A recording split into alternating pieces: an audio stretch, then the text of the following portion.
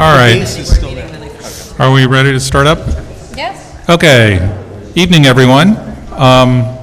So it's summer, and as a result, summer we have a two-part schedule, and so we do a workshop first. So that will start now.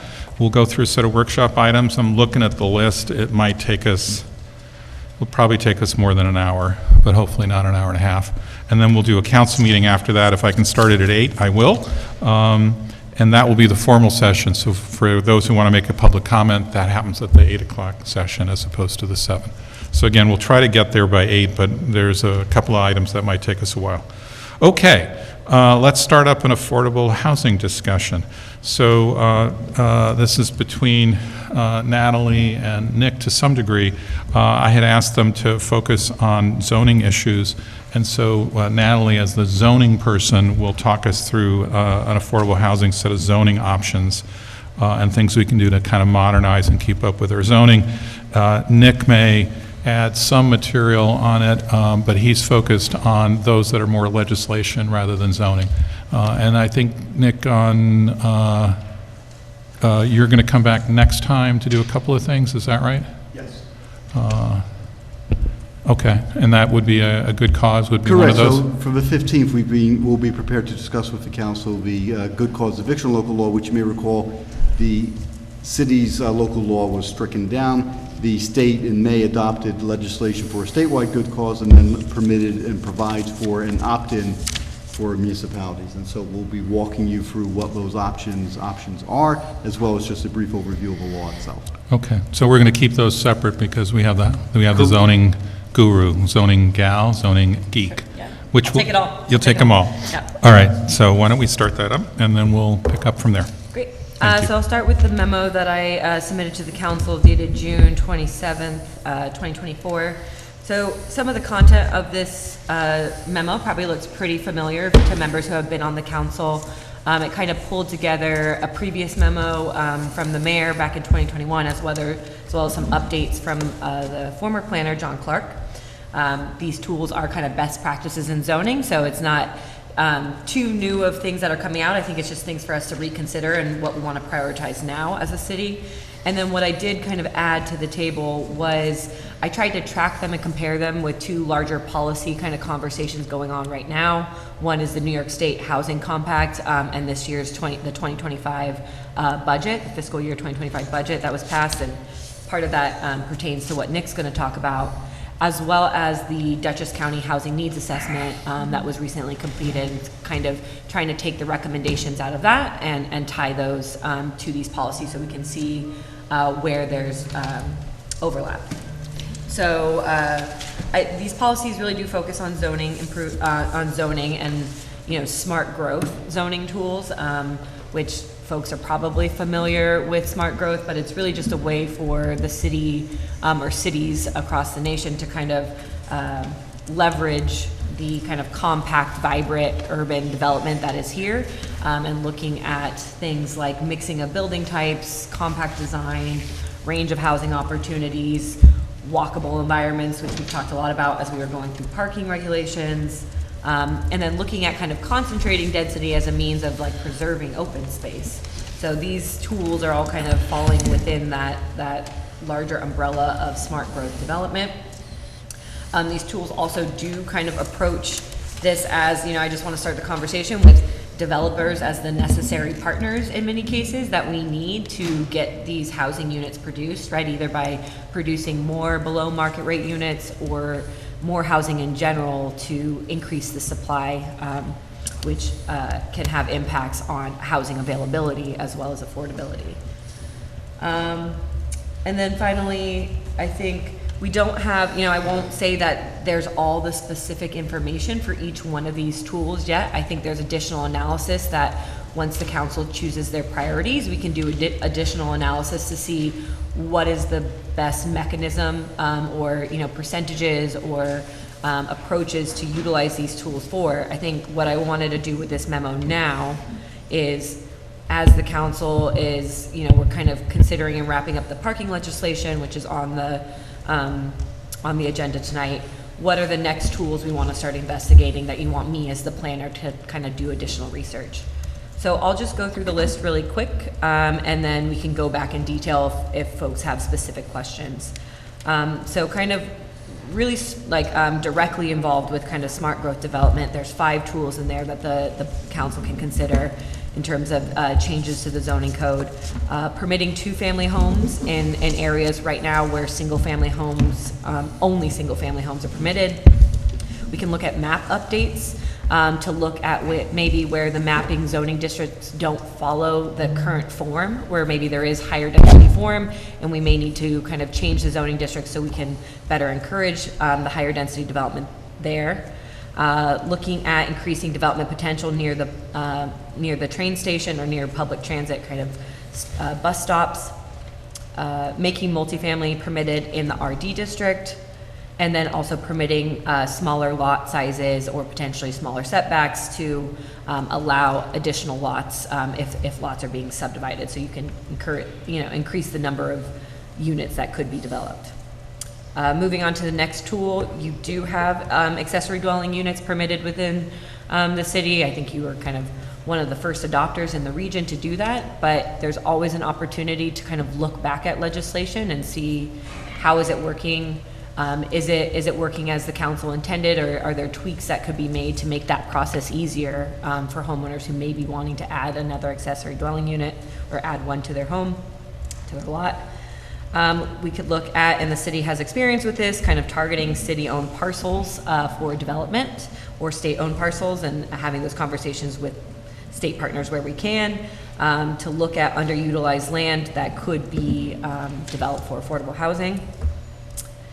We can look at adding more flexibility to the code and encouraging kind of smaller dwelling units, or what is often referred to as micro units, as a means to increase the number of units that can occur within a building, and kind of adding what is a trend in more urban settings of smaller living spaces that people are willing to take in exchange for having a more vibrant kind of third space or community space around them. We can look at ways to streamline the approval process to see if there's kind of additional steps that we can ease or remove if a developer is providing affordable housing, or maybe a higher percentage of affordable housing. Similar to the ADUs, there is regulations on the book restricting short-term rentals. We can take a look at those to see if that's having the desired impact, or if there's additional rules that could be put in place to make sure that short-term rentals are not crowding out permanent housing for residents. Finally, we can look at revisions to the city's inclusionary zoning policy to see if there's a way to encourage a higher number of units through development incentives. And then the last two, these aren't zoning tools, I'll acknowledge that, but these are really important. I think one of the biggest hindrances to affordable housing right now is the cost of development at the moment, right? We see a number of developments that are choosing, not because they don't want to build affordable housing, but they are choosing to do 9-unit buildings rather than 10-unit buildings because they can't make that 10th unit or that affordable unit pencil out, or developments just aren't happening in many cases right now because it's so hard, it's very competitive to get commercial financing to make these projects happen.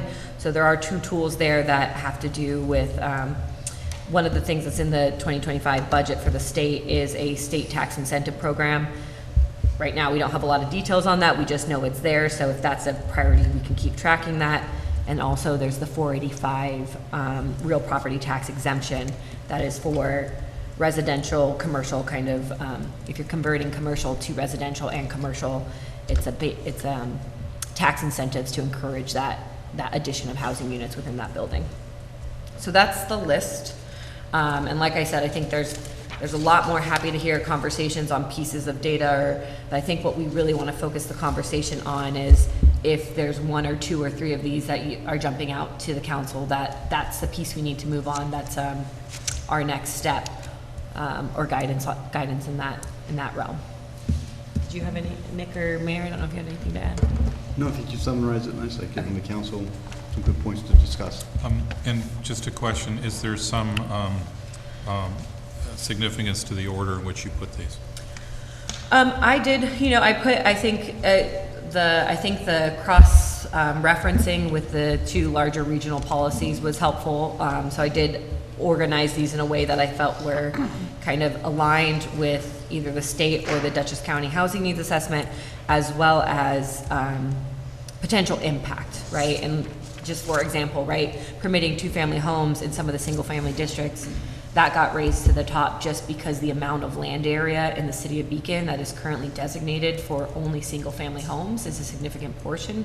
So in terms of not saying that every single-family district needs to be allowed two families, but there is a lot of land area where land is limited for additional housing development.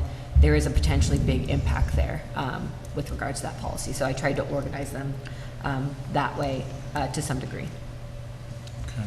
And then I just want to point out the one thing in the Lee, starting can you memo. use your mic? Oh, I'm sorry. Yeah, I just want to point out something in the start of your memo. One is that it looks like we've done, in terms of new housing units, about 20% below market rate. And then also, I know from work that John, your predecessor, did, that our rental stock is 29% of that is in some way subsidized. And I think that's one of the highest, percentages in the county, as you point out. And then also, as you point out, our housing needs assessment said, that our fair share with respect to new affordables would be 5 units a year, which we far exceed, right? And I just note those. And I also think that, given our high percentage that's share already, because given what our history has been, that, we just need to figure out how to balance between, affordable and market rate. Yeah, I'm sorry I didn't highlight that in the beginning, because I think Beacon has taken, and I tried to cover this in the memo, many steps that, I think other communities are still working on to provide affordable housing, or to increase the percentage of affordable housing in the city. And I think that was recognized. I don't know if I'm allowed to announce the pro housing. Yes. Oh, okay. I don't know if that was already announced or not, but It was. that the city did get certified through the state for the pro housing, and that's because of, right, showing growth of housing. They weren't looking specifically just at affordable housing units, but housing overall. Have you increased by 3% in the last 3 years and 1% in the last year? So housing stock is getting added to the supply, which is what the target was for that program and that certification. I mean, a couple of thoughts. Most of the reporting and data that I see around housing is related to building. What most of the experts seem to say is that there need to be more units available. And, I think looking at this list, again, knowing that we're going to talk about some legislative things like good cause at the July 15th meeting, so focusing on these aspects, I kind of think the way that you have them prioritized seems pretty logical, to start with some of the zoning and consider that. I'm certainly fairly keen on revisiting our ADU legislation. I do not think it's working as intended. And the question that I would ask about the third one, underutilized land, do we have an idea of how much that actually is? That would kind of help me understand whether that's a big swing or not so much. Yeah, I think I can work with the city administrator had suggested a few parcels, and I think we could give an accounting of potential parcels. I think that one was high impact listed because the city would have so much more control over one of those parcels about the levels of affordability or the design. There's so much more that you can put into that and control, but I think that's something I can add to this in terms of For what are sure. the potential parcels. The control aspect, I think, is very appealing because it allows us to really determine what we want. Just kind of curious how much room we actually have. Natalie, thank you very much for putting this all together. One thing that I've struggled with in this conversation about affordable housing the last few years is understanding the truth about financing new construction. And the reason I say that is you put the inclusionary zoning here as potentially expanding it with incentives, and that's a conversation that we had before. We had a presentation. Lee, who was the gentleman that came in and spoke to us about this topic? Doug Olcott. From Yeah, Community Preservation Corporation. Yeah, and I think we had some things to do for him, and we never heard back from him again, but I think there was going to be some follow-ups on the financing of construction. Because, you know, one of the ways that I think it is the simplest way of creating affordable housing is requiring developers to build it. But we don't want to go too far in one direction where it's impossible to finance a project in Beacon, but on the other end, how do I know who's telling the truth? Yeah. Because when I've been to planning board meetings and zoning board meetings, developers talk about how they don't have any money and they can't get a loan, and, you know, but I don't, you know, when money's involved, it's hard to tell who's, who's being straight, you know? And it's a theme, I hear it from housing activists, and I hear it from people that do development, but Yeah. it's something that I struggled with, and I would really love to understand better if it's possible. Yeah, I think you're absolutely right. There's quite a bit of research looking, because I think inclusionary housing policies, either mandates or voluntary, is one of the easier tools or that folks get drawn to, because it does show that big impact. I think there is a lot of research right now about where that right line is, because I think exactly to your point, like there is a point where you are discouraging the production of units, which is not the point you want to get to. So I can look back into that, try and pick up where was left off with Doug Olcott from CPC is one of the best affordable housing financing institutions kind of in the region right now. They're great. So I'll try and pick up on that conversation and follow up on those items. Thanks. Yeah. Yeah, one of the things that Doug said to us was that our zoning, which requires 10% affordable at 70% AMI, is that the right number, I think, with no give back, meaning no reduction of taxes, no change of assessments, no other incentive, is probably pretty close to one of a kind.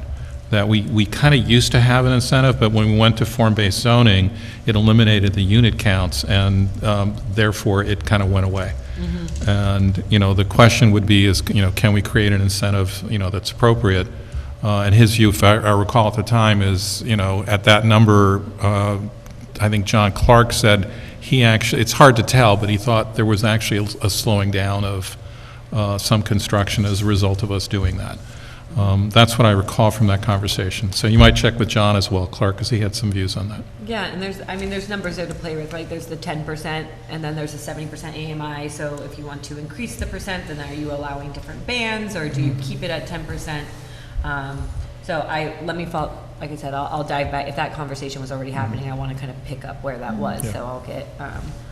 And if I may, if we are going to have even a brief conversation about inclusionary zoning,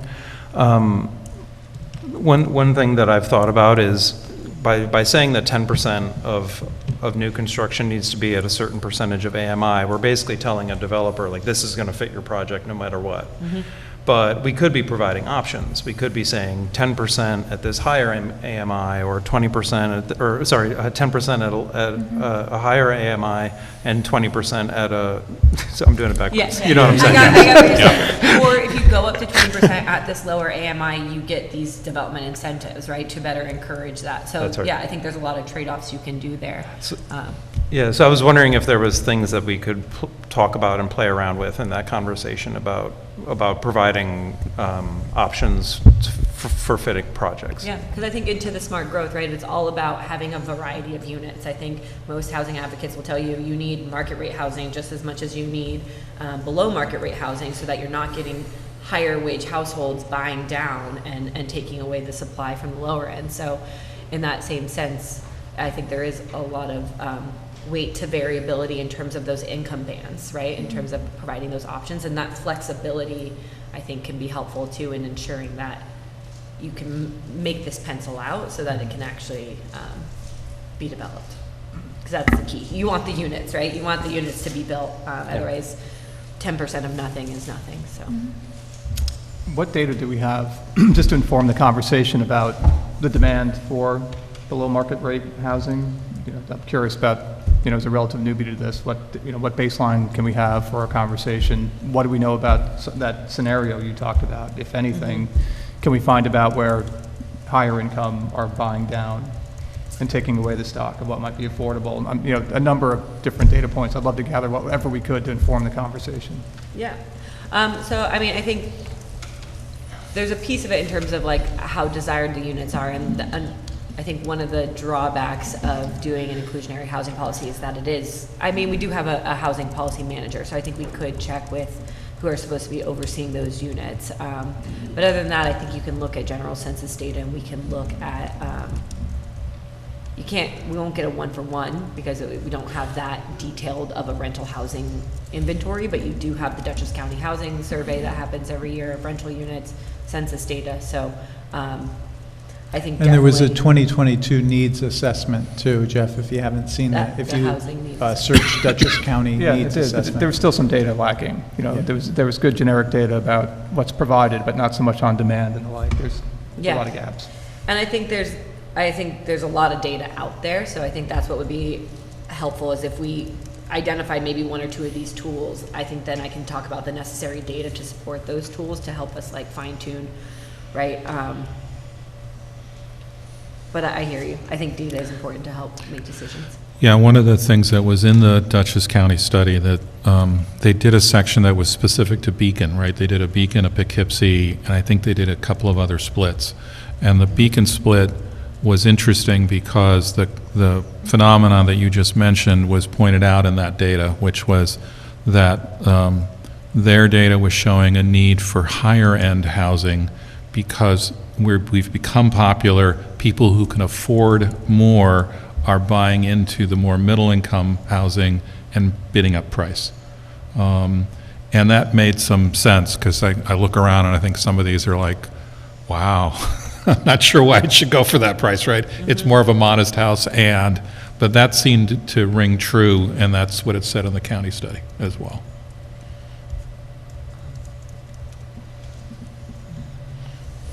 To piggyback on what Dan was talking about financing, my impression is that it's somewhat of a movable feast. Like interest rates were low enough just a couple of years ago that maybe they could have on their own without incentives afforded to build, and that's not true now. And related to that, I'm wondering about what state or federal grants there are available. I appreciate that these might change in a matter of months or years, but I think as we think about what developers are focused on, how am I going to pay for this, what are all the things that are there, so that we're also tailoring what our options are to fit with that as well, knowing that we might need to revisit it, every couple years because things shift and because we're trying to, be responsive to the market to get the kind of housing that we want. Yeah. Yeah, I mean, I help a lot of clients apply for these state and federal grants to finance affordable housing, so happy to talk more detail about that. I think it is extremely competitive right now. So I think if there's any indicator of how difficult it is to finance a project, it's that receiving those grants is necessary to make projects happen. In many cases, necessary to make projects happen currently. But yeah, I think that's a good to show the whole picture. Yeah, that'll help us create laws that actually are responsive to what the market is doing, so we can get more of what we want. Yeah, I mean, the parts of construction that we have no control over are, construction materials, labor, and interest rates, right? Because it's all financed, right? And they have to finance it without any income at all until it's done and then occupied. And so those are the big components we don't control. The pieces that we do control, which are nowhere near as big, are things like, is there something in our planning process that makes it take an extra year? Again, at zero revenue, and they have to carry that. Or, are there other things in there that we can, we're talking about parking as a way of reducing the requirements that we can affect that affect building costs, right? And so I like the concept of looking at the pieces we can control and saying what is reasonable for us to require. And, what we found is our parking requirements from the 60s don't make any sense anymore, right? So we should just pull them, right?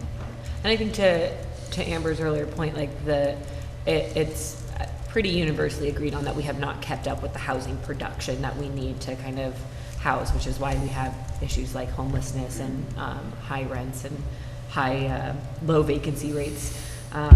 So I think you know, in terms of like state policy, I think the New York State Housing Compact and that is like a focus of the budget is a really big indicator, both by trying to get regulations out of the way, to Lee's point, in terms of like getting regulations out of the way to help housing get approved to be built, because that is one of the biggest hindrances, as well as developers do want to build housing often, and if they can, but there's a lot of regulations that make that quite difficult and a costly process, as well as the financing. There's a number of programs they put in terms of like that opt-in financing that the state's going to release more information on, as well as every year the grants that come out through the consolidated funding application.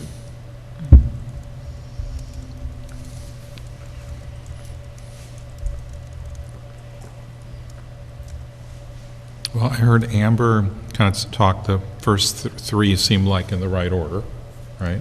Other thoughts on what we might want to pick up first, second, third? I also like the idea of ADUs, and I'm curious with city-owned and state-owned lots, maybe understanding what ones we have and we could move forward on, or that are municipally owned, you know, especially if they're not owned by us, so we would need other parties to be part of that. So is it worth our time to focus on there now? I like the idea of revisiting short-term rentals. I think around the idea that those are immediate units. I appreciate that the comments here seem to be around that it's very onerous, our current law, so I think just understanding that might, I also appreciate that there might not be much that we can and want to do to change that now, but I think just understanding that, again, because there might be units that could be immediately available that aren't currently available given how our law is currently constructed. I like the idea of the first one, and I appreciate that. When I first read it, it actually made me think of the comprehensive plan for 2027, and I just, you know, I look forward to hearing from the public who wants to place input on this, and what are the things that we want to take on with our kind of usual conversations and then public input versus want a more comprehensive feedback process at a comprehensive plan, particularly, you know, two families and some single-family districts, however wide. You know, I have my own opinions about how wide I would like to see that, but I appreciate that I am here to represent the opinions of lots of other people. And so I just want to make sure that we're picking things that that we can move forward on in the next year or two and have the most effect over. So those are my thoughts. I would just add to the priority list an interest in relooking at the inclusionary zoning policy with all of the context that Dan and others have added as well. Yeah. And I would put that for myself above the ADU conversation, but below the city-owned and state-owned lots conversation. I am, similar to Molly, have my own personal opinions about multifamily zoning, but am recognizing that we may be veering into the territory of a comprehensive plan, and so do want to be moving respectfully in that way.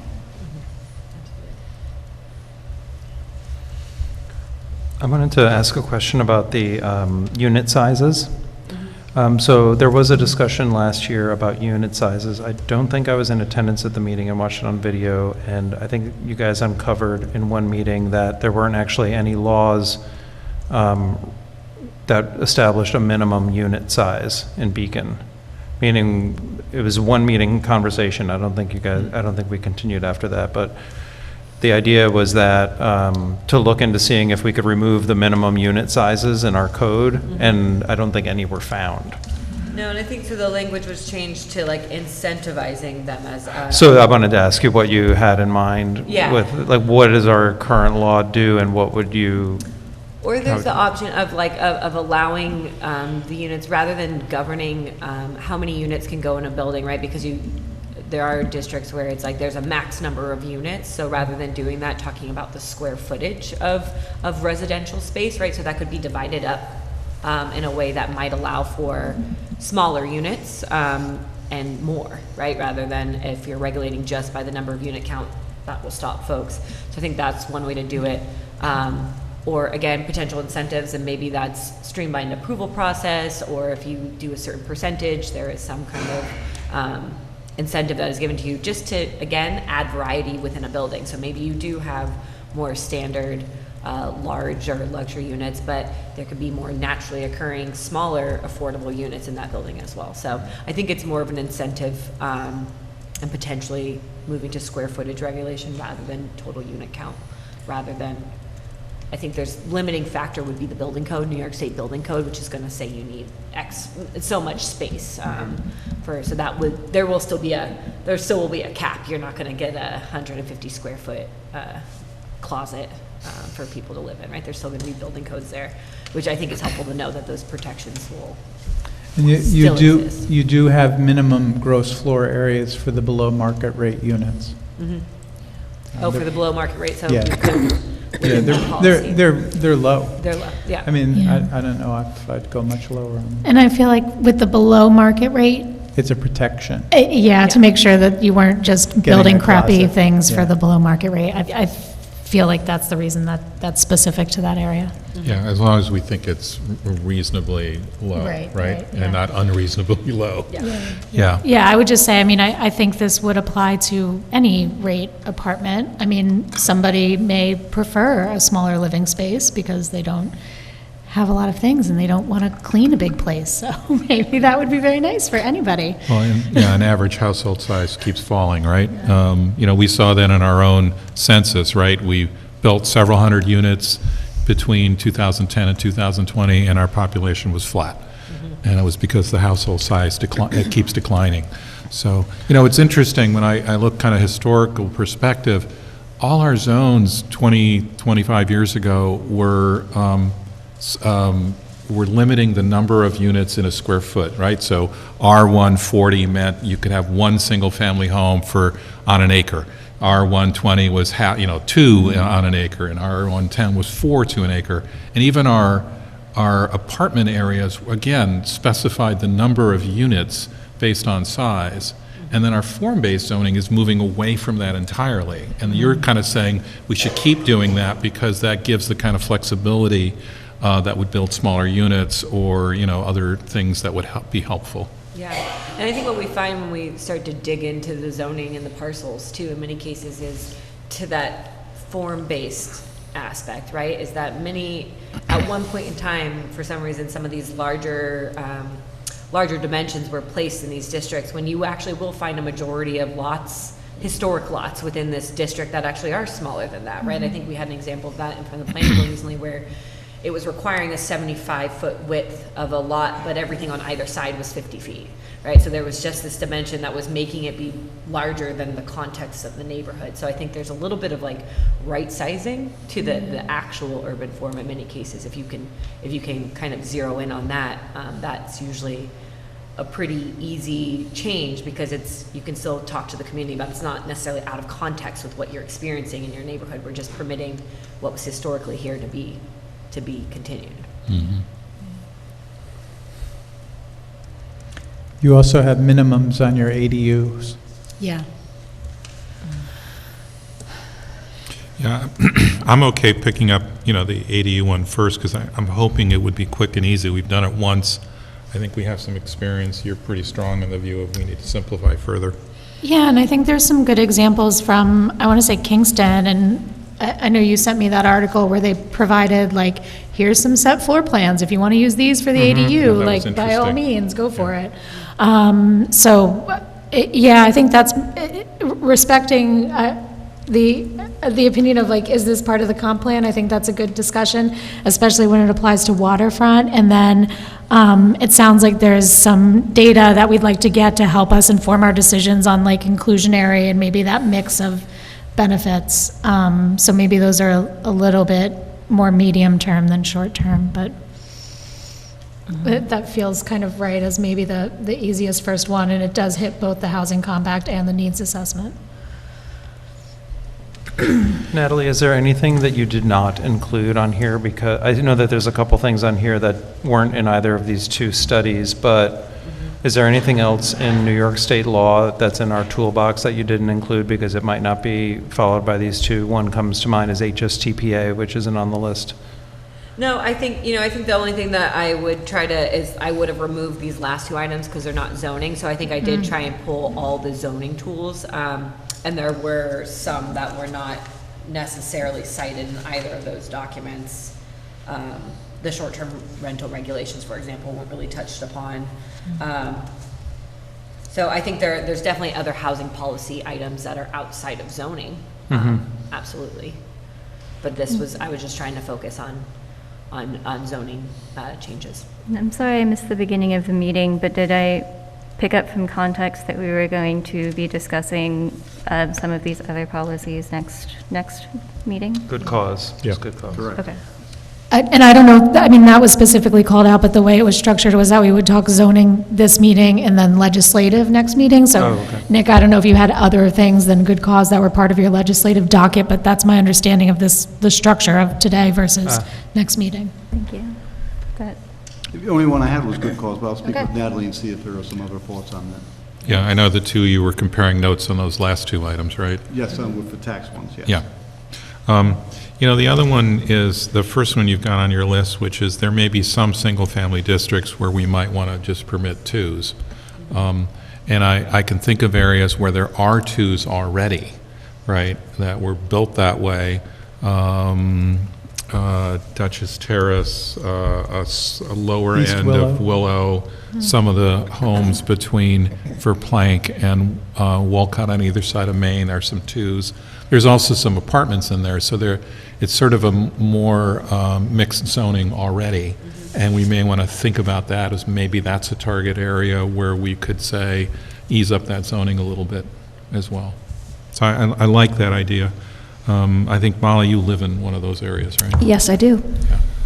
And I'm sure my neighbors might have thoughts, but they are welcome to share that. And yes, all of these, we need to share Yes. thoughts, right? With ADUs, there's also a tax incentive program that the state has for that. I don't know if similar to the affordable housing one, if it's already up and running or if that requires some more time. But if we're going to be talking about ADUs, at least knowing if it's an option might be good. Yeah, That's that the one was- where we needed 2 communities in the county to opt in, right? The No, plus one? that's the ADU That's a plus different- one program, which I know Okay. you've talked about, Yeah. and we might be able to have some movement on, but this is a new program the state has for helping to finance the cost of building them. Got it, thanks for clarifying. And what Amber is talking about is the 1+ ADU program, which can provide up to $125,000 per unit to add these ADUs. We need a nonprofit partner, so I've talked to Hudson River Housing for the last 6 months.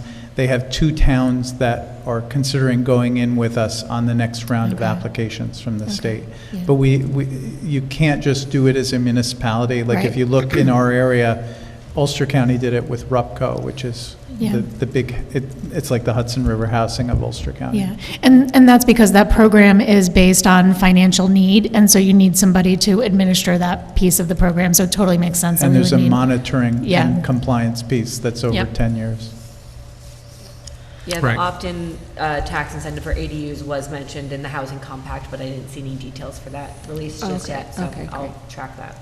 And then to summarize that program so that those hearing it might understand it, I think this state program says if you're a homeowner and you're below a certain income, they will lend you the money, or there's a grant? I think it's a grant. It's a I grant. think it's a grant. Okay, to create an accessory dwelling unit, but in return for having done that, and it's income-based for the owner, then the rent rate has to be income-based for the renter. Yep. And someone has to administer that, Yes. right? Because it has to Exactly. continue that way for a length of time, Yeah. right? Okay. So it's very much focused on the affordability, and it's a nice program. And it helps both owner and renter, which Yeah. is great. And it means tests both of them. Yep. Yeah. Yeah, because I think ADUs on their own do a lot for affordability for home ownership, right? Being able to add that extra unit and that extra income. But I think to the point of why this program was created is they are expensive to build. They're, especially if there's a permitting process and everything, you're going through tens of thousands of dollars for that, plus the cost of construction, which is not cheap. So I think that's a great program, especially with the tied, that kind of incentive tied to then an affordability requirement. And I mean, we can talk about the benefits of ADU, but the only other thing I'll mention is I think it's a really good program for helping people age in place. If you're older and you have a 2-story home and it's kind of hard to get up the stairs, like an ADU might be really appealing for that time in your life. And it's also a real benefit for people that are caretakers, that they can have somebody nearby, but that person has their own independence and can live independently, but with oversight. So it's, you know, there's additional benefits, and we can get into all of that, but. I don't know where this falls, if it is legislative or it's certainly not zoning. But I've spoken to a handful of landlords over the years who are interested in being able to rent out their units to Section 8 voucher holders, but have a hard time navigating the system. And I'm just curious if there are any programs that might help smaller landlords be able to, just make sure that they're dotting all their i's, crossing their t's. It's a lot of paperwork if you're like renting for just a single unit even, but folks who are trying to, you know, do their part as conscientious community members.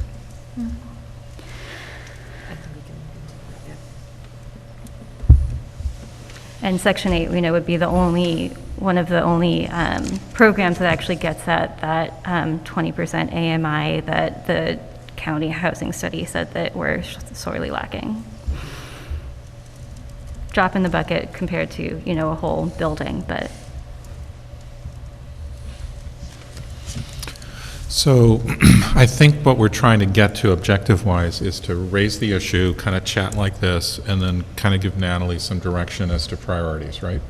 And I think we could wrap that up. We're not going to solve any of them. We're kind of saying, of these, let's try to deal with these first.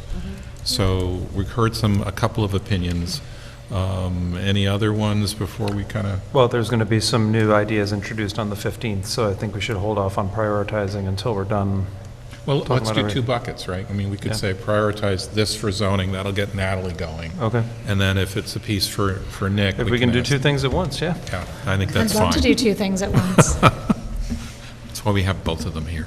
So, So I had on my list, what I heard was kind of looking at the ADU policy for seeing ways that I can do, and then there's additional research that was needed on the inclusionary housing policy and on the city-owned parcels and kind of that data and information. So I think I can focus on the ADUs and then be pulling background data and information. okay.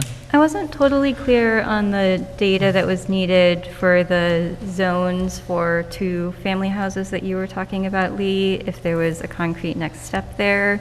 But if there is data to be gathered about what the potential impact of that might be, I am interested in that direction. I think what we would look at is you can look at within the single-family zoning districts, look at the land use codes to see what the land use is there, whether it is single-family and 2-family, and I think from there you can start to see if there's trends where there is maybe pockets of higher density 2-family that is part of the context of that neighborhood. And then from there, we might consider either map changes or potentially within that, whatever, if we see a trend amongst certain zoning districts where that's occurring, then we could think about changing that zoning district to allow it. That's where I would kind of start with that piece. And then I think to your guys' point, also tying it back to the comprehensive plan to look to see if we can keep that in line with that guiding policy as well. Yeah, particularly with the ones that were built as 2-family homes but are now zoned as single-family homes, feels like an obvious fix. Yeah, I mean, we've got places that are zoned single-family. If there's a 2-family, we just had one of these burned down. The In West underlying Church. zoning says it has to be a single-family now. So you can't rebuild what was there. And so you actually lose a unit, right? So, yeah, what I heard was there's 2 tasks that are sort of looking at the map and coming back with potential You lost a lot of areas, density. right?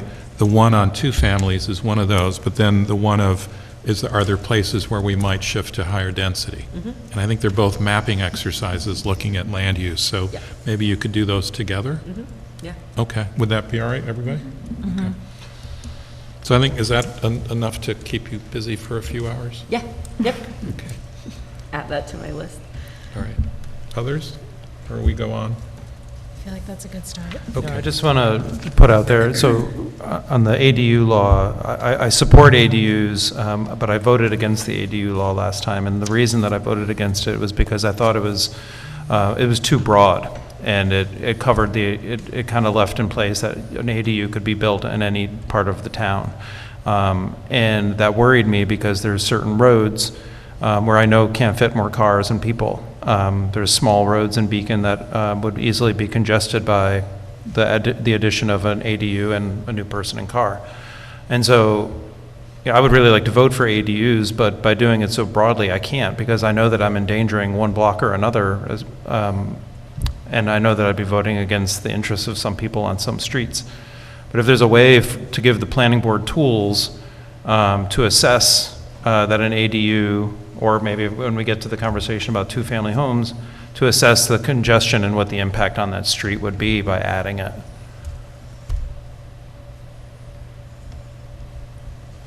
And it may not be the planning board, it might be the building department, because that would make it easier to get, but there still could be standards, for instance. If it's not burdensome on the building department, that's Right. fine too, just that somebody's checking it. Yeah. Yeah.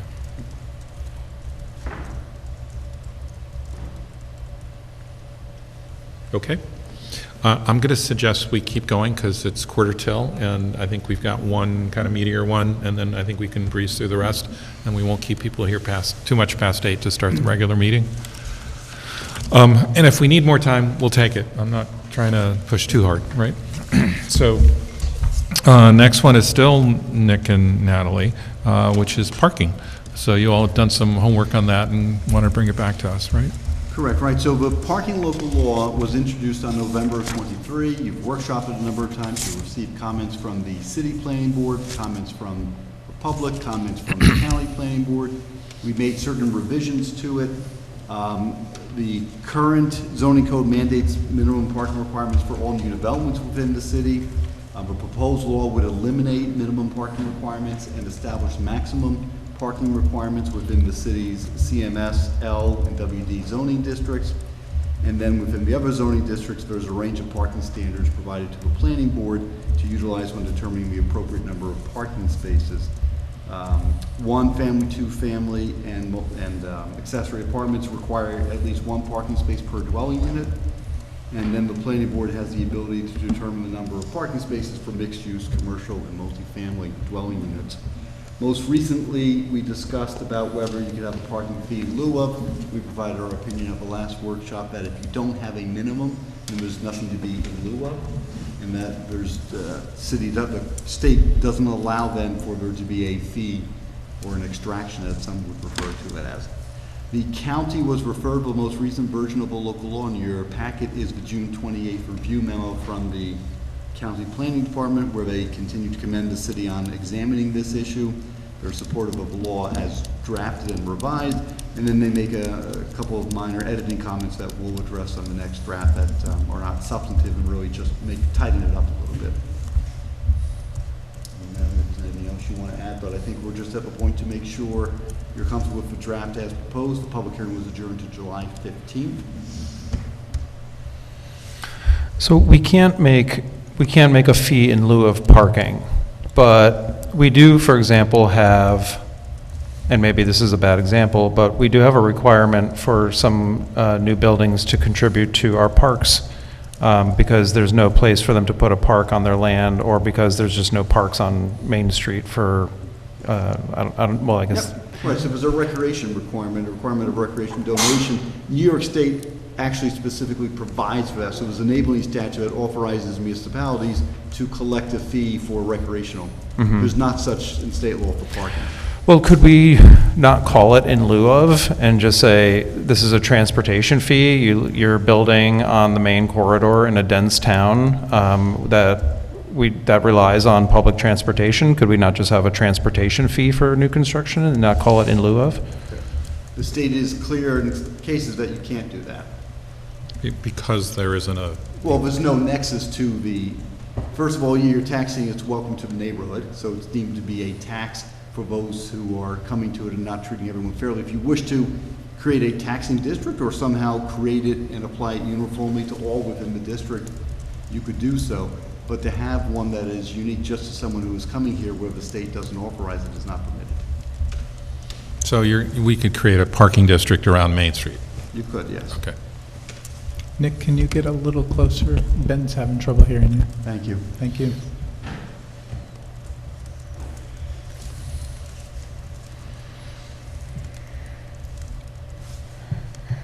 I mean, the area that it seems that at least I've heard anecdotally, and it seems like the data bears out in the limited parking data that we have, that the areas in the CMS are the areas that we have the most parking congestion, and where we are also trying to address some of these density issues. Could we have a third column that does put a minimum on residential units in the CMS? You could, if you introduce minimums within those other 3 districts, then you could have a fee in lieu of, yes. Is that something that anyone else is interested in, or do we feel that that's counter to the purpose? Minimums already exist, right? In the current code, yes, not in what's proposed. In the CMS district and the T and the, The linkage. oh, no, I think we put it in the T. Yeah. Yeah.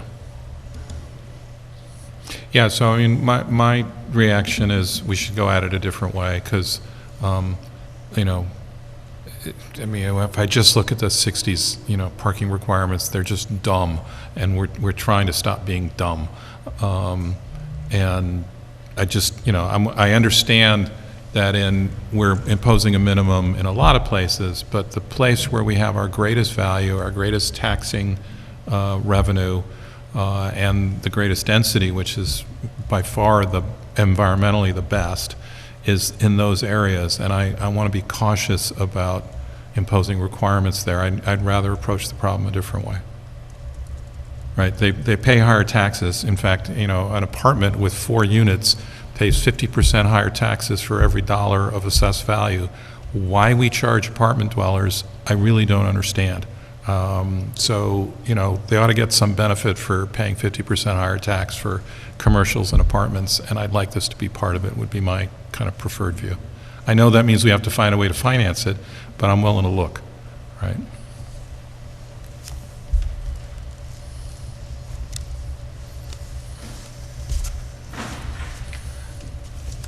So can you, just to back up for a second, what happens outside of the CMS, the L and the WD? So there's a minimum and a maximum that's enforceable? Yes, those are enforceable. Okay, And so that minimum that's out there is less than the minimum that is currently in the code for those districts, right? And the maximum is, in some cases, kind of higher than what the minimum is. So it's a range for the planning board to be able to have a conversation with the applicant about what is necessary, right? So that information about what is necessary for your development. Do you have a higher range of affordable units where car ownership has been statistically shown to be less, right? In terms of one vehicle per household, there's just, are you close to the train station? There's all those considerations that can come into what is required, and the planning board would still set what that requirement is. It would just be within that range. And they could, based on the use, apply the full maximum if that's what they felt was appropriate based on the information provided.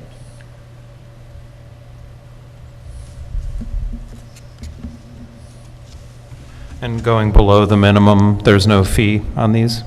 We don't have a fee in lieu of parking on this zone? No, correct. But we could. You could. So if you look at page 7 of the local law, it sets forth the schedule of off-street parking standards. For the column for the CMS, the L, and the WD, you'll note there's no minimum. So that we can't have a fee in lieu of.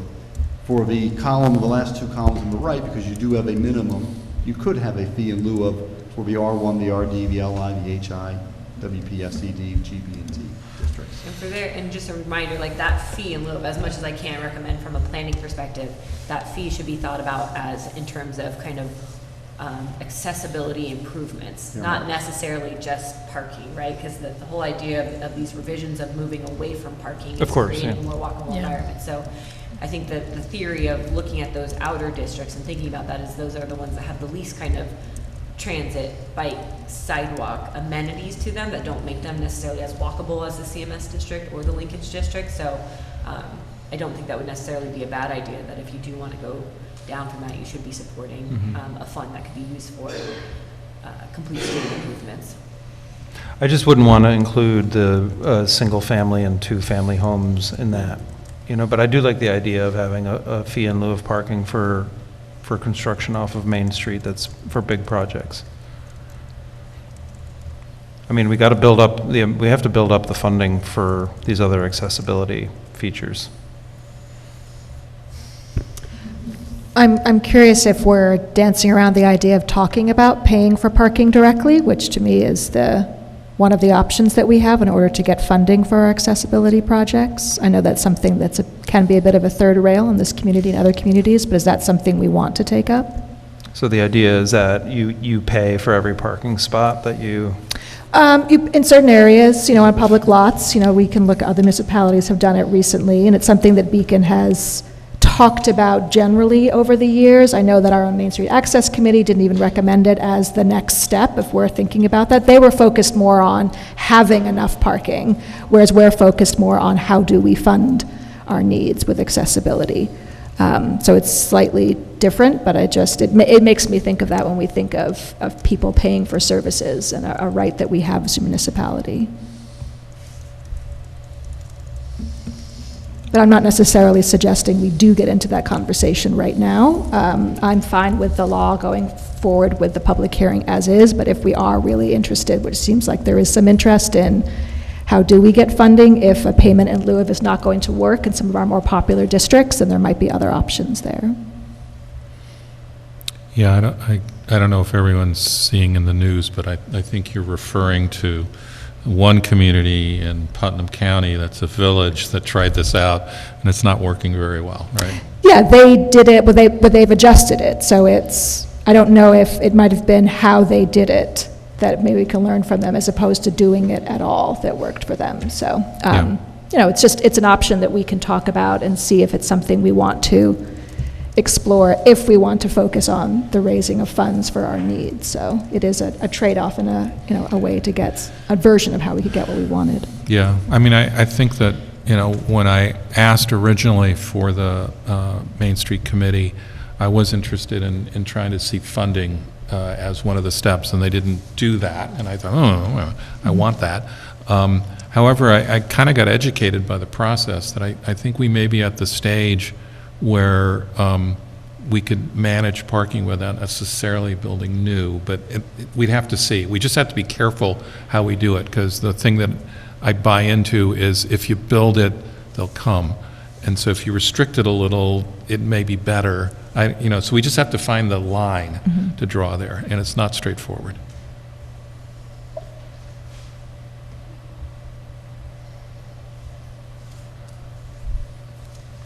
I have a thought of just what we were discussing previously on affordable housing.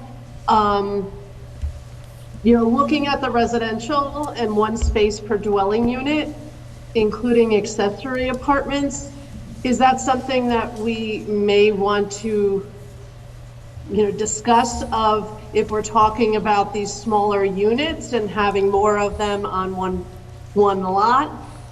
If there's, say you have two small ones in a house, now you've got at least 3 parking spaces for one property, which might not be that big.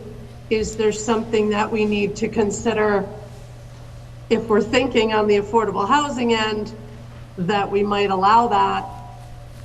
May we outgrow changing this before we, as soon as we create it? I don't know if that made sense. So I heard that as input to when we pick up that discussion, right? I don't think it alters our prioritization that we were getting to, Yeah, within the ADU conversation. right? Something to factor into. Okay, okay. Right, how much will impact this and more than ADUs if we were talking about allowing smaller unit size so you can have more of them on one property, but we might have a lot of parking on it if we do that. So Pam, are you thinking that schedule. that an ADU law, we might permit more than a single accessory unit? Well, we were talking, in addition, not just ADUs, but we were also talking about allowing for smaller unit sizes. So that would allow for more on one piece of property. So say that would typically just be in, you look at a property now, you're thinking no more than 2, but now if we're talking small, you might be finding having like 4 of them. And then the way it reads, the minimum space would be 4. So I don't know if, maybe Natalie, you can say you're overthinking this. Well, no, I think when we're talking about the smaller unit sizes, I think that in my mind, that's applying to kind of the already higher density districts where multifamily is permitted. I think if there was a district that only permitted single family and 2-family, even if I guess you're maybe looking at like the cumulative impact, right? But like you would still only be permitted to do 2 units on a lot, right? The zoning would still control the overall number of units, whether it's 1 or 2 or only 1 ADU per single family home. So I think where we were talking about the smaller units was more in the multifamily districts where those are permitted. Okay. Okay. The hearing is on for the 15th. Are we okay with moving to a hearing on the 15th on parking? I am. Okay. All right. All right, and we still have opportunity to review, and we'll certainly hear commentary, so, okay. Great. All right. Let's see, I think the rest of the items on the workshop agenda are reasonably quick. Next one is, Mark, are you here? Price, somewhere? No, I'm going to cover here. Okay. I think Mark forgot. So, Community Investment Program, you had some thoughts on that then? Or Mark did? Mark had some thoughts. I will try to relay them. Do you want to just delay it, or you want to? No, Okay. we were going to award these in April or May, so we're well beyond that, and Okay. I don't think this is that hard. Okay. So just to give background, this is a grant program that the council created in the thank you, Natalie. Thank you, In the Natalie. 2022 budget.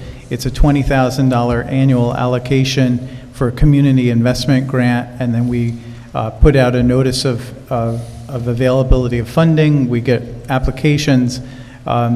We did this in 2022 and 2023. The council asked that the Recreation Committee vet these applications and come back with recommendations. They did that this year. We did have trouble getting people engaged in this. About half of the committee really was not interested in doing this task. So I do want to let the council know Really? that, people who signed up for recreation were probably more thinking about how to direct the future of recreation rather than a grant program. So, but we did get enough responses that Mark Price is recommending that we fund 3 projects. You have this in the packet. The Beacon Repair Cafe at $1,000. The Green Teen Program, which is through the 4-H Cornell Cooperative Extension, for $9,000, and the Sports Bra Project for $7,550. There was a 4th item that was picked for funding, but after review by the attorneys, that was deemed ineligible because it was benefiting people outside of Beacon, and it also was kind of just a gift to people. Correct. Which one was that? Common Ground. So we have a proposal that we have a resolution lined up for you to vote on this. Again, we have 20,000. We didn't quite award the whole thing, but I think at this point, our rec department kind of just needs to move on. We have, the South Avenue project and We Play, and I'll give some updates on those during my report. Can you just describe the Sports Bra project a little bit more? It's not totally clear to me what the program does, and, it's probably helpful for the community to hear how they can access this if it applies to them. So seeing as I wasn't going to be the presenter tonight, I'll do my best. I will also say that this program was featured in the Highland Currents for their work in Beacon, and they are, I just looked them up because I was like, is this a Beacon-based organization? And they are. So just, if anyone wants to see the article in the Highland Currents, I'm sure you can Google it. Yeah, and their goal is to facilitate participation by females in sports and physical activities by making accessible sports bras. This would be for storage containers and the actual bras themselves. Okay, great. I know it's a Beacon-specific organization. Yeah. Okay. Everybody good? I will just say that having gone to the last Beacon Repair Cafe, I think it's a great program, and I'm glad we're going to support it in addition to these other great programs. Yeah. All right. Cool. Cool. Next one is, Chris, you were going to talk to us about banners. Yes. Okay. Okay, so I'm going to give you an overview of what we do and then give you a little bit of the history, and then we can discuss where you want to go from here. So Hometown Heroes program started back in the mid-2000s. It has spread through communities, including locally Kingston, East Fishkill, and Wappingers Falls. The program basically puts banners up on utility poles and sometimes on street lights honoring veterans who live in that community. Currently, the city has 60 two-sided banners that are displayed on Teller Avenue, Wolcott Avenue, and in front of the Madam Brett House. The banners are 30 by 60, and Ben has put up a photo of an example of those banners, and you can see on each banner they have the name of the veteran, they have the branch of service, the years of service, and then on the bottom tab is the sponsor who paid for the banner.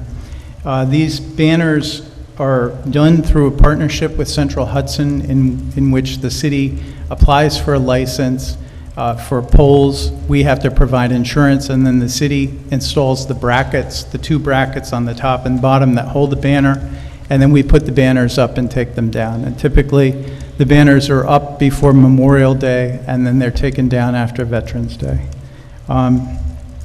So the banners are produced by a company called Holiday Outdoor Decor, and they have an average life of about 3 years. After 3 years, the sun and the elements make it necessary to usually replace them. To date, Beacon has honored 202 veterans since the program started here in 2021.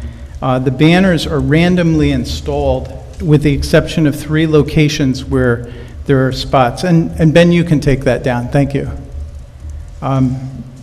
So there are 2 by the Memorial Building, one for William Wilson, who was the first Beacon soldier killed in World War I.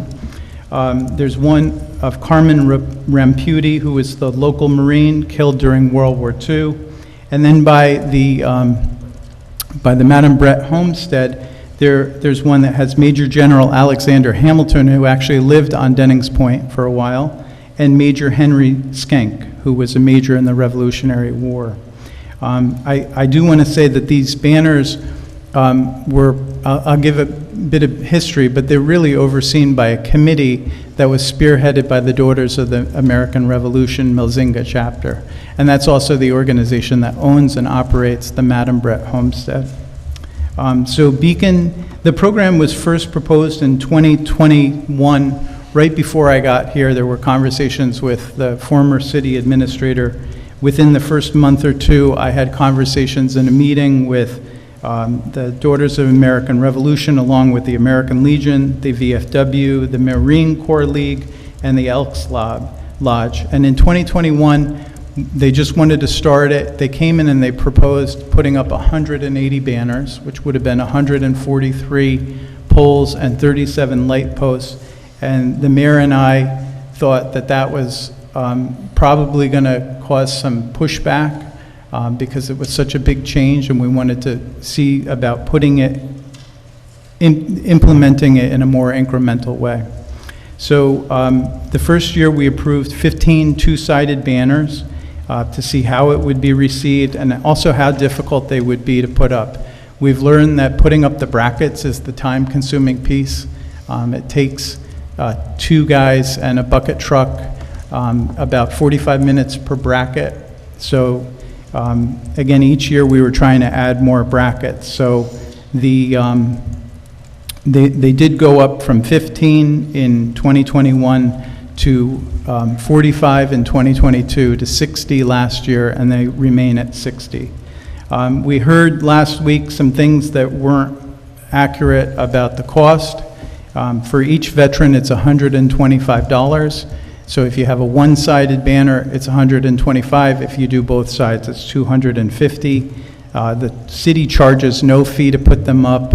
The Daughters of the American Revolution and the committee, the Veterans Banner Project Committee, take no cut on that. They do this all as a volunteer effort, and they've done a great job of designing the banners, lining up the production, working with the city to make sure that they're put up each year, and then at the end of the year, they're taken down and they're kept for safekeeping on the second floor of the memorial building. We do have,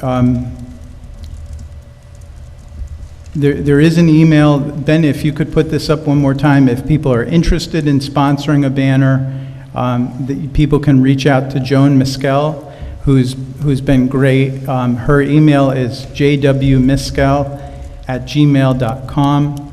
I do want to offer thanks to the people that put so many hours into this. Joan Miskell, Ethel Fife, who's no longer active but helped start it, Harold Delamater, John McEnroe, Ronald Piga, and also Central Hudson, and then our staff, Dave Way and Sean DeToro, who've been doing the installation. When we started this, we didn't know what the reaction was going to be. We didn't know how much time it would take. I don't know that we have the right number. At that time, we had a lot of other things going on, and it wasn't really even worth bringing to City Council because it wasn't on city property. It's on Central Hudson property. Again, we're open to some increase in these. I asked Joan, how many more would you need to cover the waiting list that you have? She said if we had 40 more, 45 more, we would do okay. Again, if the council wants to opine on this, and it is going to take time, and I would probably build it up incrementally. Now, what the committee did, which I thought was good, is when we said, look, really 60 is all we can handle. Because again, I want to remind people, we're doing $40 million in capital projects. And that's more than any community around here. We have so much going on with our staff, and we're pushing the limits every day on what they get done. We can set aside time to do it, but I would want to, again, increase it incrementally. Some communities do charge for the installation of the banners. I don't necessarily propose that. I do think it's been well received. We have had a lot of good feedback about people driving through the community. We could do further ones on Wolcott. They're probably, I don't know, maybe 24 poles left on Wolcott. It depends on what you want to do. I had no guidance when we started this conversation back in 2021. Some of the things you read on social media, again, we get bashed from every side. And we've had suggestions that we should be doing teachers, for instance. And it's like, well, again, we can't do everything. And what I tried to do was to incrementally build this up, see how it was received, see if we could do it. And then the committee came and they said, well, we want more polls. We weren't ready to do that, and we suggested that they rotate them every other year. They did that, and again, now your banner is up one year, the next year it comes down, it goes up the next year.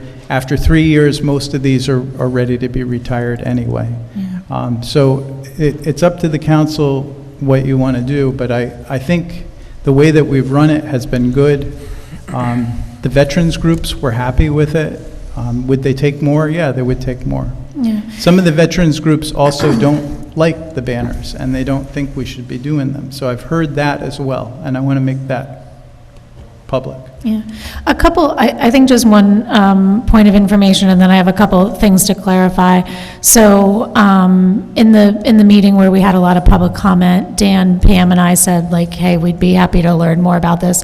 And I appreciate John McEnroe did reach out and ask for some time to chat with us about the program, so we're going to take him up on that, and I very much appreciate that. ability to actually talk about it. One of the things that I think I want to clarify, so we've heard people say, I expected this banner to be up and it isn't. So we have 60 banners up on Main Street? So you have 60 banners that are two-sided. Okay. So right now, So we have 120 people, or you have 120 faces? 118. Okay. Joan has 2 that are, I think, one-sided. Okay. Okay. And how many are not in rotation at this point? There are 42 banners with 84 veterans that are Okay, not. that we did not put in rotation. And then there's But also but a waiting. I also do want to note that the committee made this decision, and then they communicated that decision to people who had the banners. Okay. They clearly conveyed, and they also said, this also keeps this dynamic. Rather than having the same banners every year, you're changing them up every other year. Yeah, I mean, I am very eager to speak to the committee as well and understand their perspective, for sure. I lost my train of thought. Oh, the waiting list. So, when we say. Right now, there's only a waiting list of 5. Oh, okay. So because of the rotation, we've been able to accommodate, all of them, but not all at the same time. Okay, Yeah. thank you. And I want to note, I did this. My family has veterans in it. My father was in the Navy. My best friend from grad school was a Marine who died from a brain tumor from the burn pits in Iraq. My uncles were in World War II. So I did this. There was no policy in place, and I tried to work with the veterans because I really think this was a good program to try. Yeah, It really is something. We're honoring veterans from from the Revolutionary War all the way up through the modern era. I think we're kind of lacking in the Civil War from what I hear from the group, but certainly World War I, World War II, Vietnam, Korea. So there's probably going to be some discussion about having more banners, but I think really the issue is that the committee is allowing more banners than Beacon can handle. Like, even if we increase the number of banners, it's going to have to be in this rotation cycle because, I'm counting here 160 total, almost 200 vets, just in what you named, which would necessitate 100 banners. But If you did them at the same time. right, but so is DAR creating these knowing that they won't go up maybe until next year? Like, are the banners being Yeah, I created? mean, with they the made a exception- policy decision when we said we can't accommodate more, more polls, that they would rotate them and accept the people that were on their waiting list. And that was, again, it's a compromise, it's a program that's in development. And again, that we've had controversy over everything. We've had attacks from the far right and the far left about everything that we install. Banners, flags, ribbons. So I kind of took a chance back in 2021 allowing any of these. When I hear things like, well, that one's obscured by a tree, or, you should have put the mayor's one here, that's precisely why I would have argued we shouldn't do this program. Some of the things that we heard at the last meeting, tell me I probably should have gone with my initial gut reaction. But again, I think this was a way, most people have been very happy with the program, even if and when they understand that the rotation was necessary to accommodate everybody. Again, if you want to have no limits, then we could just spend, a limitless amount of time working on this. But we have our crews. I have 20 people in the DPW, and everything that we own has to be cleaned and painted and maintained and mowed and trimmed and replaced and repaired. So the days that I had them working on this were days that they weren't working on Main Street lights or painting, the front of this building, which absolutely needs it. So just understand that every time I add something, I have to figure out what am I prioritizing that over. And we spent many days installing these 60 that are there now. And other than Central Hudson offering space on their pole, I mean, are they doing, it sounds like we have all of the onus of insurance and labor, and Central Hudson is just, here's a place you can put it. Are they doing anything in support of the program? Well, they do support the program. I mean, they're wonderful. They allow us to use the poles, which is a big deal. But the onus is on us to maintain it, to insure it, to install it, and to remove it. And at the end of the program, to remove the brackets if we need. We can leave the brackets up each year, which is why, as I built it incrementally, it's like each year we'd put in some number of brackets. And then it was easier to put them up. Only thing I raise here, because I know you've explained this, Chris, and, you know, we've talked it through, and we're always in agreement on this. But I want to ask Nick, what's the council role here? I just want to make sure I understand that, because I think we're in an area where it's administrative, unless you're going to enact a policy or something. Correct. In the absence of the policy, the charter provides, in this case, that the administrator acting under your direction would then be administering the city and its workforce. The administrator directs the workforce, in this case, the DPW, on how we're going to deploy those signs, and also how. So the city administrator would be acting under administrative control of this issue in the absence of a direct policy from the council. So can I suggest to council that we view this as an opportunity for input for the administration to decide? If you decide you want a policy, that would be different. We'll have to put up a resolution to do that. Okay? Yes. Okay. So what's the outcome of this conversation? We should talk, and we'll hear it. So, right? Okay. But you just need to be careful, because absent a policy, you shouldn't be directing how the workers work, right? But I think we should hear it. That's why Chris has explained this, is we want to hear what you all think. What I would like to see personally is the number of brackets to increase, but not at a rate that is overly burdensome on the highway department. And I'm looking at the numbers that Chris shared about what we had in 21, 22, 23, which is adding about 15 brackets a year, well, 30 in between 21 and 22. But let's just say 15 a year, that maybe we could close this gap of 42 banners by doing 15 a year for the next 3 years. Other thoughts? But it's not a law, so it's just a suggestion and a Well, recommendation. again, But the it has alternative would weight. be I mean, that you- again, we had no policy or direction when we started this. And I honestly didn't think the council in 2021 would even approve it. I have to say that. I don't think it would have been approved. And other thoughts, concerns, suggestions, because we're listening. Again, if you decide you want a policy, then we'll write up a resolution. I don't think a policy is really the way to go on this. I mean, we have a policy on banners. We have one. Yes, So- on our property. Yes, so it exists. I think that Dan's suggestion, I'm certainly in favor of, increasing, again, at a reasonable rate. Like, we don't want to have the highway department spend a week in labor. So I think that we need to strike a balance between, let's get more of them up, let's try and clear through this list of folks who would like a banner and haven't had one yet. And for the people in storage, let's try to make sure that we have the ability to get away from having to rotate every other year, I think would be ideal. But I do recognize that this would take some time. We're not going to be able to put up, all of the banners overnight.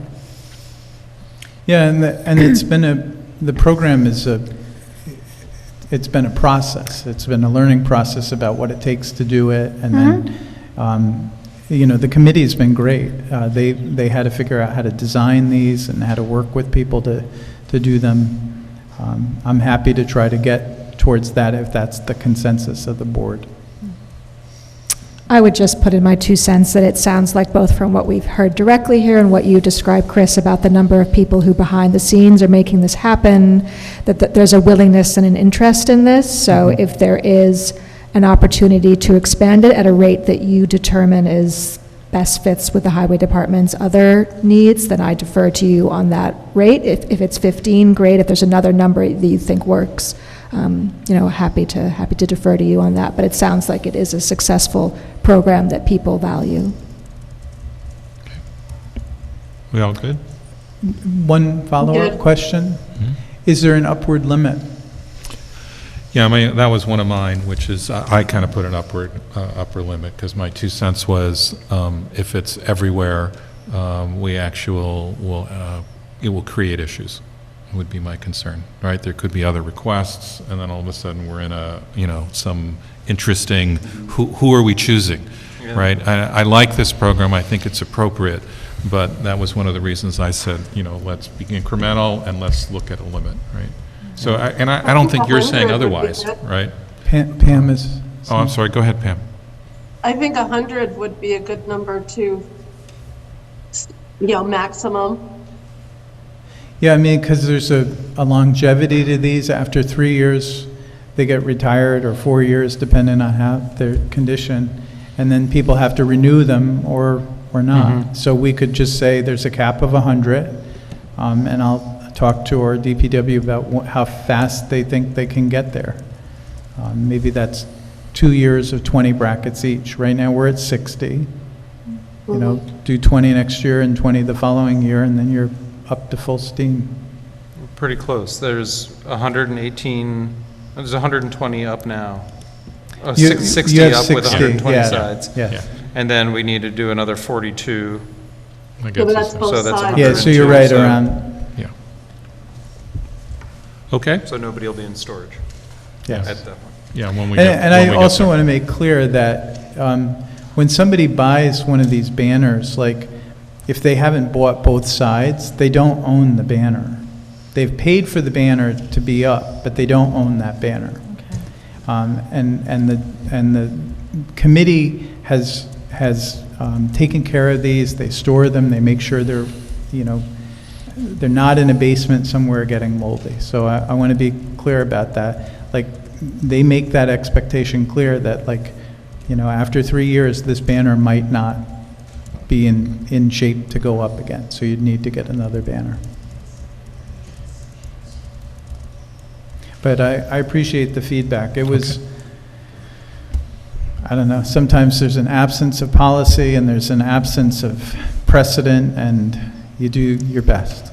Remind me again, how is the choice made for what goes up each year? Who makes a choice? I know there's a waiting Well, list. I Just take remind a me. dart, Jeff, and I throw that dart but against Ben. I assume and he it's a- tells me what. No, what No, is it? I don't, It's a look, committee? the ones that were up, the first 2 years were rotated out. So if you were out 2 years, Got it. those are the ones. They're trying to be fair, and they were great about it. I mean, they wanted 180 of these in the beginning. Well, a suggestion to I think if consider. we had put up 180 of these, I think you would have had blowback from the Yeah. community, and I think this would have quickly ended.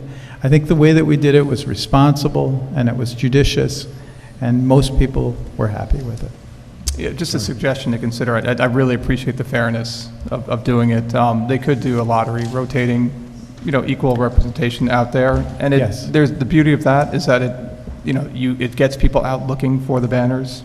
Yes. They could be I'll- warned to find I'm them. sure that Joan is watching this, and Yes. we'll take that. But here's the other thing, I don't want to manage this. Yeah. The veterans have done a superb job at managing this, and I will leave it to them to continue to do that. They know how to do this well. Okay, We'll just put them up. So I will take that input and work with the administrator. I think we're actually all in about agreement roughly too, right? So that sounds great. And, we'll probably still hear input along the way. Is that okay? That's great. Thank you. All right. 3 more items. We're getting close to 8:30, so I want to move us along. Settlement agreement with Columbia Utilities. Thank you, Mayor. So this concerns a settlement that arose out of litigation regarding the Community Choice Aggregation Program. As you may recall, New York State was the second in the nation to allow municipalities to enter into a Community Choice Aggregation Program. Beacon, along with some of its supporting municipalities, was the second group in New York State to take advantage of that and offering the Community Choice Aggregation. And so, in your papers, unfortunately, there's some litigation that resulted in, fortunately, a settlement that is subject to Beacon's consideration tonight to approve. Beacon is one of 10 communities that commenced litigation, and the other communities are considering this as well, and I understand all are in support of the settlement. In 2021, the city entered into an agreement, a contract with a supply agreement with Columbia Utilities or its affiliate as the energy service company, and this was administered through Jewel Assets, who was the administrator of the Community Choice Aggregation Program. So Columbia was in essence the entity selected to supply the electricity. In April 2022, Columbia, without advance notice, delivered a notice to Central Hudson and to the communities that they were in essence ceasing to supply electricity and were surrendering their obligations over to Central Hudson to supply. That was in breach of the contract. Jewel notified the communities. Jewel then hired an attorney because our view was that Jewel, as the administrator of a program, this was a contract they had recommended and that they had encouraged the communities to enter into, that Jewel needed to take the laboring oar.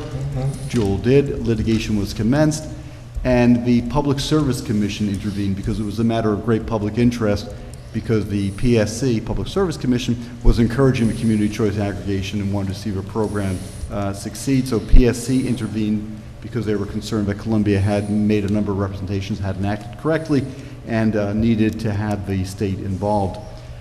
Litigation ensued, there was discovery, there were some motions, and then there was a 2-day mediation held that resulted in the settlement that is before the council and the other 9 communities for your consideration.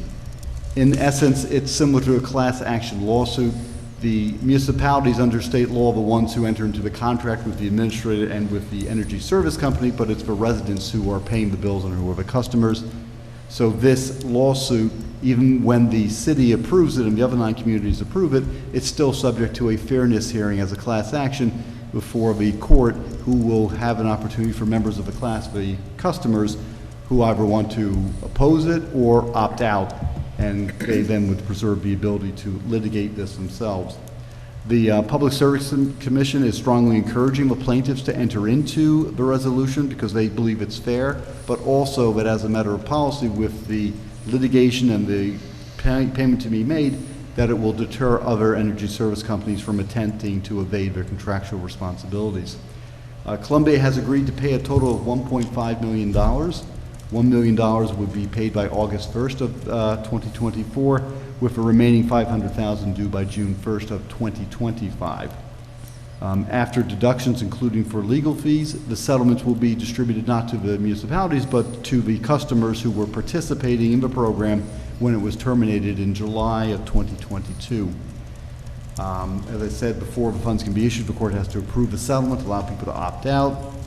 So until there is a final number known of those who opt out, we won't know what the average payout will be, but there will be an administrator paid to administer the program, send out information, and administer the distribution of the funds. It's anticipated that payments will be issued after that last payment of $500,000 is made in June 1st of 2025. The PSC is resolving all claims with Columbia regarding its termination of the program. And the settlement does not resolve any of the issues or claims with Central Hudson over its billing issues. That's a separate issue that's before the PSC, and I believe it's been working its way through. So that's a summary of the settlement that is before the council tonight for your consideration at your voting meeting to approve. Can you talk about opting out, and specifically if 10% of people opt out, it kind of renders the settlement null and void, it sounds like, just how that might work in practice if that were to happen? It does. So the court has to hold the fairness hearing, and people have the opportunity to show up and appear and oppose it. The court may be prevailed by those arguments, but alternatively, if 10% or more opt out, then Columbia is in essence saying, well, we don't have sufficient core nucleus who are participating. We're still subject to the litigation. So most class action settlements have that provision that allows for the settlement to, if you will, fall apart if there is not enough participation. And those But if this falls apart, there's really nothing else that happens. I mean, this is the only accountability that Columbia Utilities is facing right now. They tried to blame the unraveling of this on Central Hudson's billing, and it was clear that it wasn't Central Hudson's billing. It was clear that they didn't purchase enough renewable energy futures to cover it. And when the price of when the price of renewable energy stayed the same and the utility price went down, they got underwater and they could never get back out of that. This is just settling something. I think Jewel did a great job in trying to pursue this case. It was all their money. Nick did a nice job in kind of guiding them when he thought he could help. This really is just trying to end a mess that began a couple of years ago, and it will probably only be $20 or $30 that somebody gets in the mail, but it's some accountability to Columbia. Absent this, nobody is willing to pursue this case any further. And I will say, based on this, partially on this experience, we didn't go back into another CCA. And I have to say that decision has been vindicated in that the rates by the utility have been lower than what Jewel locked into for the next round of CCA. So our low-income neighbors would have paid more on their utility bills if we had gone in to the last CCA. And then we're trying to do the community solar, which is guarantees a savings of 10%. And now we're doing a second round, which guarantees 20% savings to people in low-income neighborhoods. So this is just trying to put an end mark on the last couple years of. How are participants notified about this before the opt-out decision gets made? There'll be a notice sent out by the attorneys through the assistance with the court as a class action administrator that will go to all the customers who were customers of record as of July 2022. They'll receive notification of sort of a class action proposed settlement as well as their options to opt out or oppose it. And those dates have not been set yet until this is I think this was approved. approved by 2 other communities late last week. Yeah, I think it might be more than 2 now, but yes. I think others are we're one of the approving. last to Okay. pass it.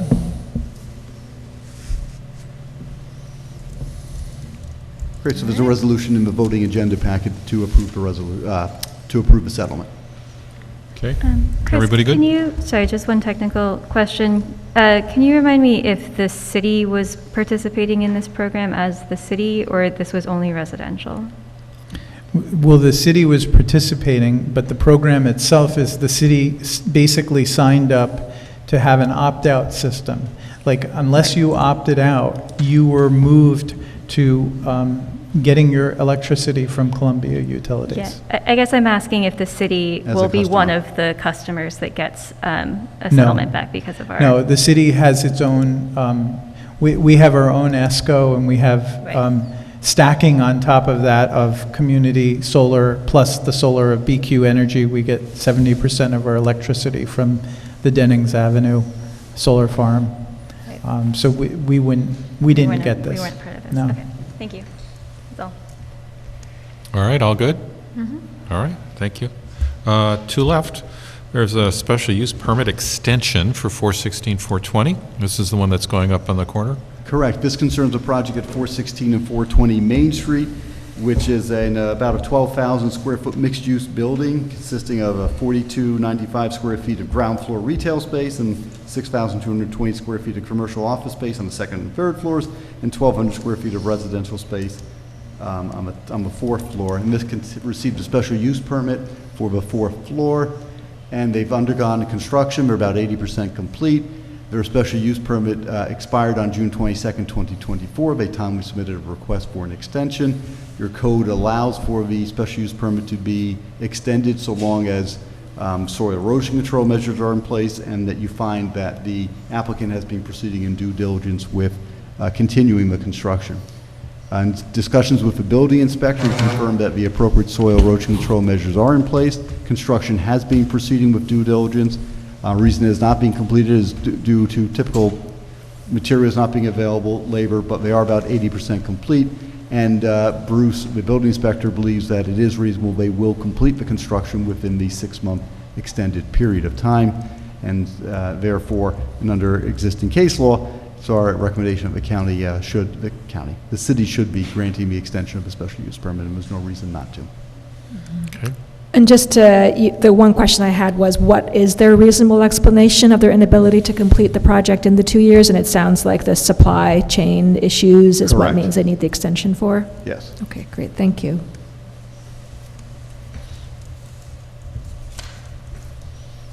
All good? Yep. Okay.